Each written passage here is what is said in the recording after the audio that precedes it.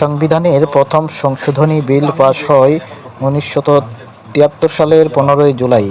সংবিধানের প্রথম সংশোধনীটি ছিল যুদ্ধাপরাধী বা অন্যান্য মানবতাবিরোধী অপরাধীদের বিচার নিশ্চিত করা। 1971 সালের মুক্তিযুদ্ধের পরে এই সংশোধনীর মাধ্যমে যুদ্ধাপরাধীদের বিচার নিশ্চিত করা হয়। তৎকালীন আইনমন্ত্রী মনোরঞ্জন ধর বিলটি সংসদে উত্থাপন করেন। 254 ভোটে বিলটি পাস হয়।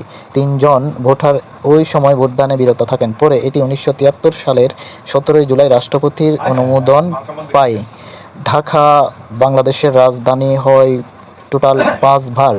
প্রথমত 1610 সালে সুবা বাংলার রাজধানী স্থানান্তরকারী ছিলেন সুবেদার ইসলাম খান। দ্বিতীয়ত 1660 সালে সুবা বাংলার স্থানান্তরকারী ছিলেন সুবেদার মীর জুমলা। তৃতীয়ত 1905 সালে পূর্ববঙ্গ ও আসামের স্থানান্তরকারী হন লর্ড কার্জন। চতুর্থত 1947 সালে পূর্ব পাকিস্তানের রাজধানী হয় স্থানান্তরকারী পূর্ব পাকিস্তান বা পাকিস্তান সরকার। 1971 সাল অঞ্চল হয় বাংলাদেশ এবং স্থানান্তরকারী বাংলাদেশ সরকার। সব মিলে ঢাকা এই পর্যন্ত 5 বার বাংলাদেশের রাজধানী হয়।